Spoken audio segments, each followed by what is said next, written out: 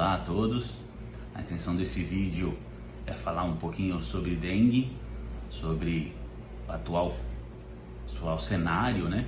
E a preocupação que a gente tem com as gestantes. Fiz algumas anotações pertinentes para poder falar de uma maneira breve e direcionada, né, ao que diz respeito à incidência de dengue, à gravidade na gestante, as complicações possíveis, tá? Então a gente começa falando sobre a importância desse tema, pelo impacto, né, que vem trazendo o número de casos de dengue na população como um todo e da maior gravidade desses casos quando ocorre na gestante ou na mulher no pós-parto até a segunda semana pós-parto, né? Que é a principal fase de risco na gestante. Toda a gestação, com mais gravidade no terceiro trimestre, últimos 3 meses lá da gestação e ali no período das 2 semanas após o parto. Os riscos associados à gestação, eles são inerentes à mãe e ao bebê, né? A gestante é um grupo de maior risco pelas próprias mudanças gestacionais, né? Pelas próprias mudanças que ocorrem fisiologicamente com a gestação. Maior permeabilidade capilar, aumento do volume da parte líquida, a hemodiluição da gestação, né? Que vão acabar sendo fatores agravantes naqueles casos de dengue mais graves. Os principais fatores relacionados à dengue, as principais medidas de atuação do sistema de saúde como um todo, e nossa, como parte do sistema de saúde, é atuar na transmissão, né? Então os principais fatores são fatores ambientais, né? Os famosos criadouros do mosquito, que é o que tem que ser combatido, né, de maneira mais incisiva, direcionada e com a participação nossa nesse sentido. O atual cenário que a gente vive de maior calor e chuva é um fator propício para o aparecimento de dengue nessa fase do ano, e existe uma previsão pelos atuais estudos de um aumento da incidência da doença até maio, né? Ou seja, a gente tem mais pelo menos 2 meses aí de aumento de incidência, o que nos preocupa bastante como médico, como obstetra. A gente trabalhar na exposição ao fator, né? A gente trabalhar nas medidas de prevenção, a gente trabalha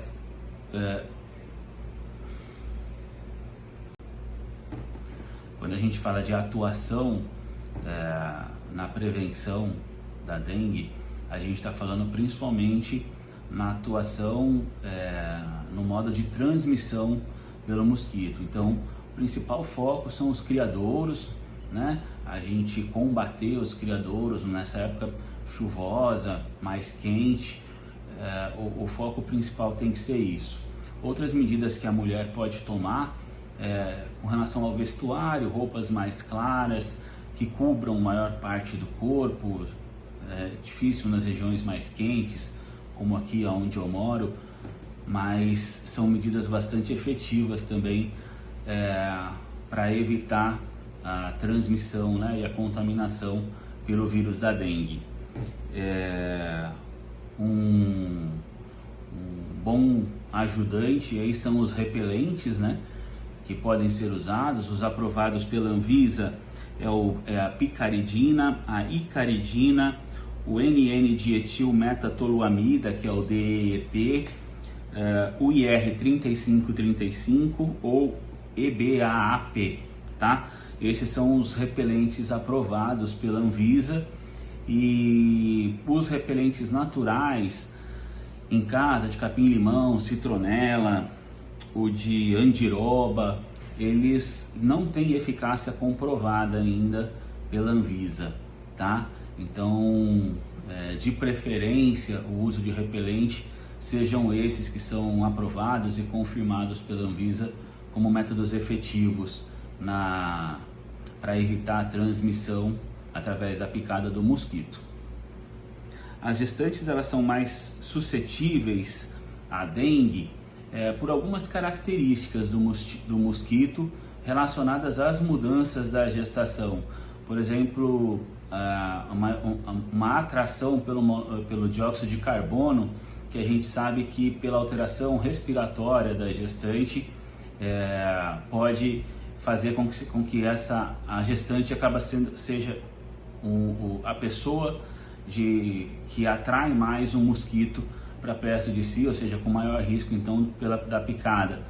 O aumento da temperatura corporal, o suor, são outros fatores que acabam colocando a gestante aí como uma predileção aí pelo mosquito da dengue. A própria exposição da mulher, né, no trabalho, no dia a dia, o atual modo de vida da mulher e da gestante fazem com que ela acabe sendo mais exposta, o que nos deixa mais evidente a importância do uso aí do repelente durante esse período do trabalho. A maior gravidade associada à gestação está relacionada às alterações gravídicas, né, como eu mencionei um pouco antes, principalmente aos fatores de coagulação, né, que é uma das principais complicações também da doença, né, da dengue. Então, como se fossem fatores que se somam, causando maior impacto, maior risco de hemorragia, maior risco de sangramento, principalmente no terceiro trimestre, antes ou durante o trabalho de parto ou no pós-parto.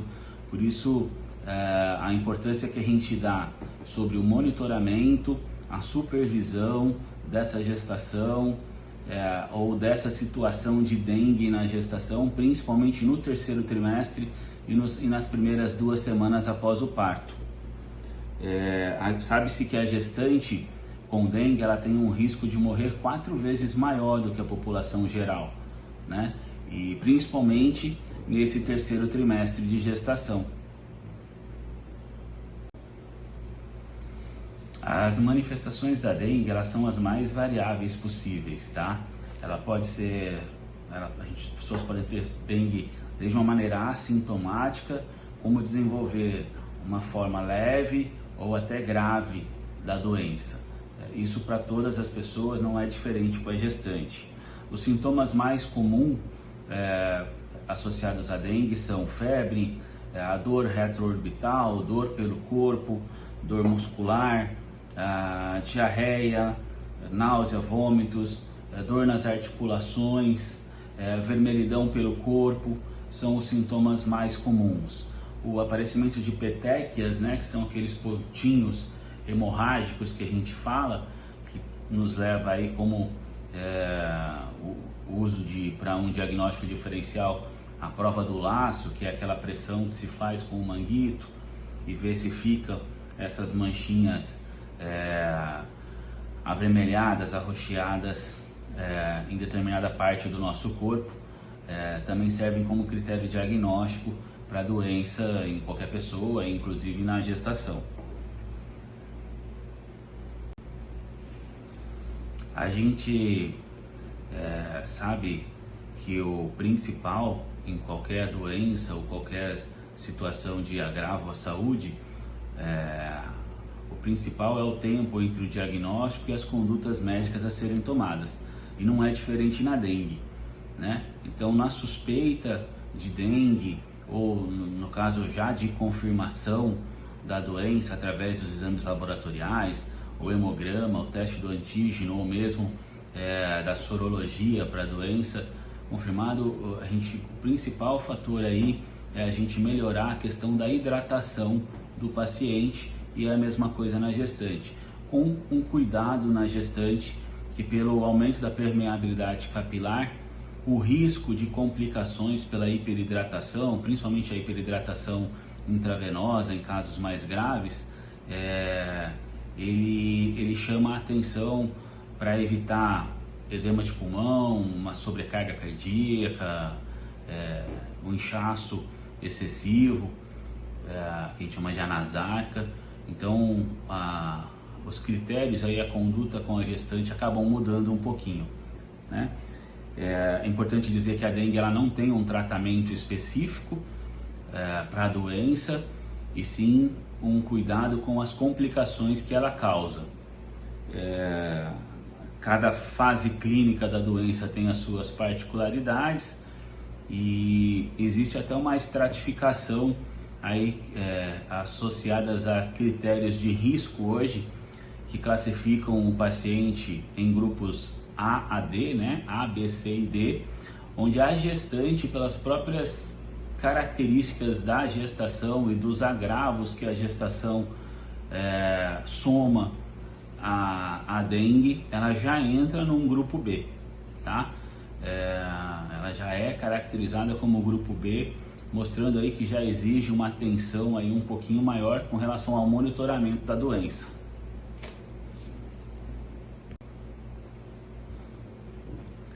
Então, os casos de menor gravidade acabam sendo monitorados com repouso e hidratação. Os casos que apresentam algum sinal de maior gravidade vai ter conduta específica para cada situação.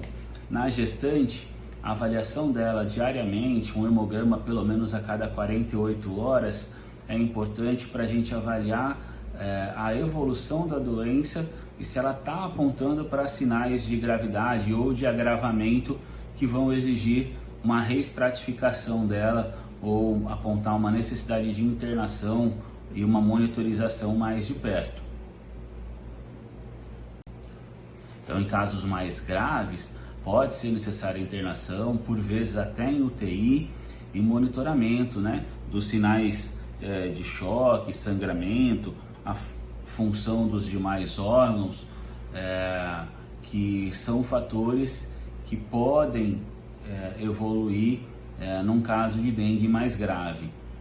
Dificilmente a gente tem essa certeza de evolução, né, num primeiro atendimento. Assim que o paciente se apresenta para a gente, apontar se já é um caso grave ou não, e todos os pacientes têm potencial de evoluir para uma forma mais grave, por isso a necessidade e a importância do monitoramento, principalmente no nosso caso, como eu foco aqui, nos casos das gestantes.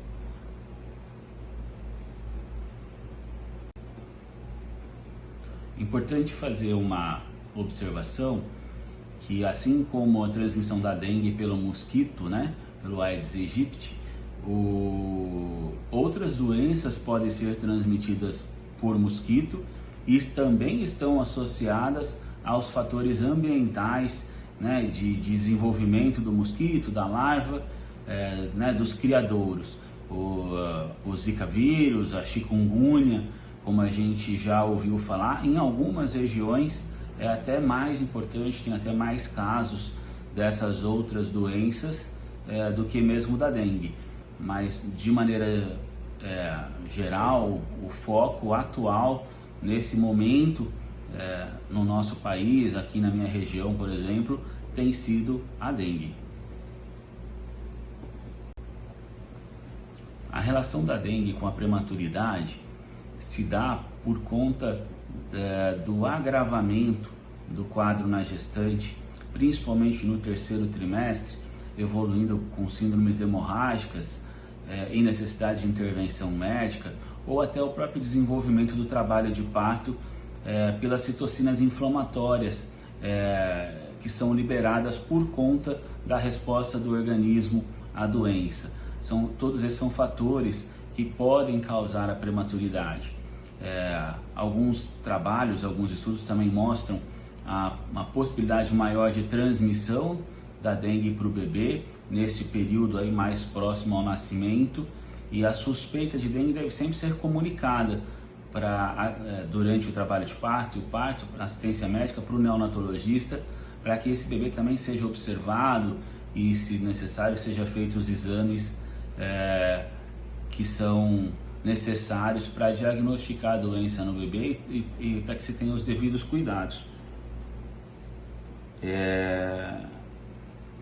É mais comum essa transmissão para o bebê quando a viremia, né, a proliferação viral, a multiplicação viral, ela está muito elevada mais próxima do parto. Isso está associada com a transmissão para o bebê.